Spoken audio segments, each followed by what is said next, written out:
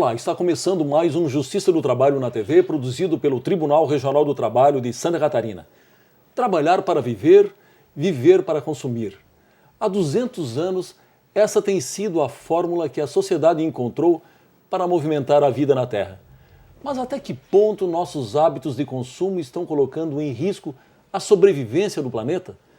Para tratar desse assunto, no Ano Internacional da Biodiversidade, trouxemos dois convidados. Itamar Bevilacqua é procurador do município de Florianópolis, mestre e professor de Direito Ambiental e Urbanismo. Em 2007 esteve à frente da Fundação Municipal do Meio Ambiente de Florianópolis. Paula Brigger é professora do Departamento de Ecologia e Zoologia da Universidade Federal de Santa Catarina. Bióloga de formação, tem doutorado no tema Sociedade e Meio Ambiente. Bem, professora Paula, professor Itamar, é um prazer tê-los aqui conosco para debater esse tema justamente no Ano Internacional da Biodiversidade, que está por terminar, então esse tema precisaria frequentar certamente o nosso Justiça do Trabalho na TV. Eu vou começar com a professora Paula. Professora Paula, o nosso planeta tem aproximadamente 4 bilhões e meio de anos, aí uma eternidade quando a gente compara com a vida média de um ser humano. Mas no último século a destruição do meio ambiente, especialmente por indústrias poluidoras, chegou, digamos, a níveis alarmantes, a ponto de hoje até se estar discutindo não só a sobrevivência de várias espécies, mas a própria sobrevivência das próximas gerações de seres humanos.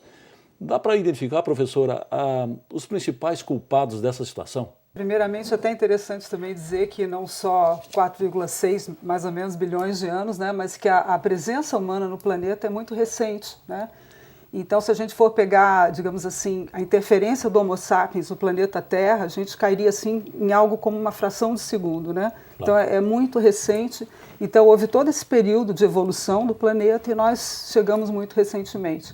E nessa fração de segundo, né, geológico, até uma vez o Greenpeace ele fez uma comparação com as Torres Gêmeas, né, que não existem mais, né? Mas se a gente fosse comparar a altura dos prédios com esse tempo de vida, digamos assim, de existência do planeta, a nossa existência no planeta estaria no último andar, ocupando mais ou menos a espessura de uma camada de tinta, né? Então, para a gente ter uma ideia o quanto é recente a nossa interferência no planeta. Bom, eu acho que as sociedades humanas elas têm diferentes formas de lidar com o entorno, né, com a natureza, de uma forma, né, genérica. Mas, assim, o que a gente vive hoje em termos de desastres ambientais, o que se fala de crise ambiental, ameaças de insustentabilidade, risco para a preservação das espécies, continuidade da vida no planeta, inclusive a nossa, seria algo assim mais recente e que eu atribuiria principalmente às grandes corporações, né, em termos de ações destrutivas, né, de poluição, de processos produtivos altamente impactantes em diversos setores, processos produtivos que têm trazido doenças também, provocado a degradação de habitats. Muito bem, professora Paula. Dá para dizer, então, que tudo ia mais ou menos bem até aparecer o ser humano? E até eu também faria uma correção. Eu acho que a gente pode atribuir muito às grandes corporações esse papel de colocar em risco o planeta, e até tem um vídeo sobre isso, né, um documentário chamado A Corporação, que eu até recomendo que as pessoas assistam, mas também é importante dizer, antecipar talvez uma próxima questão que a gente possa debater, que o consumidor, nós também não somos inocentes, né? Quer dizer, as corporações elas têm processos produtivos que destroem o planeta, mas quem alimenta esses processos produtivos somos nós. Tem uma questão a esse respeito. Professor Itamar, o que precisa, o que poderia ser feito para estancar ou mesmo reverter esse processo de destruição ambiental a tempo de salvar as espécies ameaçadas, inclusive o ser humano? Bom, primeiro eu quero agradecer o convite e dizer que a TV Justiça está de parabéns ao tocar um tema tão importante quanto esse, que deve fazer parte do cotidiano das pessoas, efetivamente discutir o ambiente em que estão. Certo. E aqui, em companhia da professora Paula, é um prazer a gente tratar sobre esse assunto. A pergunta em si ela é extremamente complexa, porque não há fórmulas mágicas. Primeiro elemento a ser ponderado. Outro elemento também muito importante que todos nós reflitamos sobre ele é que não há também nenhum salvador. Se há uma fórmula e se há um salvador, eu diria que a fórmula é tomarmos consciência de que a nossa estada nesse planeta ela é altamente impactante, que nossas atitudes individuais somam todo um conjunto de atos que vem degradando de maneira extremamente rápida o ambiente que nós vivemos. E ele é único, não há outra escapatória ou saída. E que uma saída é a conscientização, ou seja, temos que nos conscientizar desse processo e temos que mudar os nossos hábitos. A grande revolução ela está. Se eu mudo, esta soma faz com que o mundo também possa encontrar a sua mudança. A temeridade é: há tempo? Este é a grande questão que nós nos colocamos nesse ano da biodiversidade e nesse início do terceiro milênio.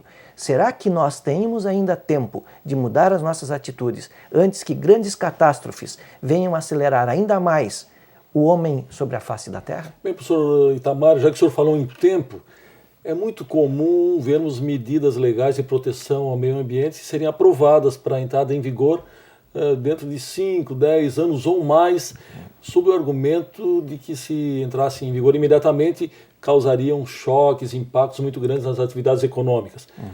A pergunta não é uma temeridade, já que o senhor falou do tempo, essa questão da falta de tempo, esse tipo de legislação que acaba empurrando a solução de problemas sempre para o futuro?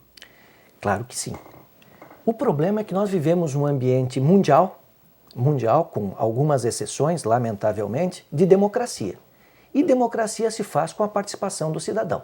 Ora, todo político, quando vem com uma proposta de alteração do modo de vida que nós estamos acostumados, ou temos como modelo, se favorável àqueles meus sonhos de consumo, possuir mais de um carro, cada um na família ter um automóvel, de preferência de grande potência, 3, 4 televisões, viagens, né, de grandes distâncias, consumo cada vez mais de produtos para meu deleite pessoal, inclusive além das minhas necessidades básicas, não vai ser bem aceito. Ou seja, você falar sobre o problema que ele vai enfrentar se continuar com esse modo de vida, não tenho dúvidas de dizer que possivelmente não será eleito. Ora, nesse sentido, ele faz um discurso e uma prática contrária a esse tipo de proposta. E é claro, hoje James Lovelock já alerta que nós não temos mais muito tempo para tentar reverter e tentar minorar, porque os efeitos, sim, eles acontecerão.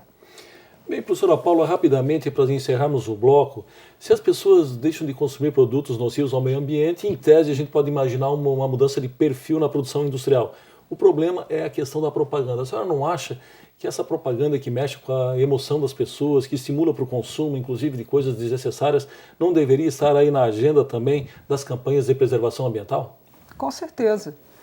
Com certeza. Inclusive, existem muitas críticas com relação a isso, né? Tem um grupo chamado Adbusters, que são os caçadores de anúncios, né? E eles colocam exatamente essa crítica. Quer dizer, na verdade, quando eles tentaram colocar no ar nos Estados Unidos, né, que é um país que tem um discurso de liberdade de expressão, né? Alguns spots publicitários que atentavam contra esses atos, digamos assim, predatórios, eles foram impedidos. Então, nisso a gente vê que não existe liberdade de expressão. Então, eles dizem que, na verdade, existe liberdade de expressão econômica, né? E quem faz uma crítica já muito antiga, que vem dos anos 60, né, é o filósofo Herbert Marcuse, da Escola de Frankfurt, que é meu eterno inspirador, digamos assim, e ele coloca que, tem uma frase dele, uma citação, que é muito interessante, ele diz assim: os produtos doutrinam e manipulam. Né? Eles doutrinam, manipulam, se tornam imunes à sua própria falsidade, né? E como eles acabam instigando um novo estilo de vida, né, muito melhor do que antes, que é o que você falou, as TVs, os carros confortáveis, digamos assim, uma opulência material, né, acabam militando contra a transformação qualitativa. Quer dizer, as pessoas vão se tornando reféns daquele estilo de vida, identificando esse estilo de vida como um padrão de felicidade, de conforto, etc. E é muito difícil demovê-las, digamos assim, desse patamar, desse caminho, digamos assim, que no fundo é lidar com a natureza, né? Lidar com o entorno. Bem, nós precisamos chamar um rápido intervalo, nós voltamos em seguida, só um instante.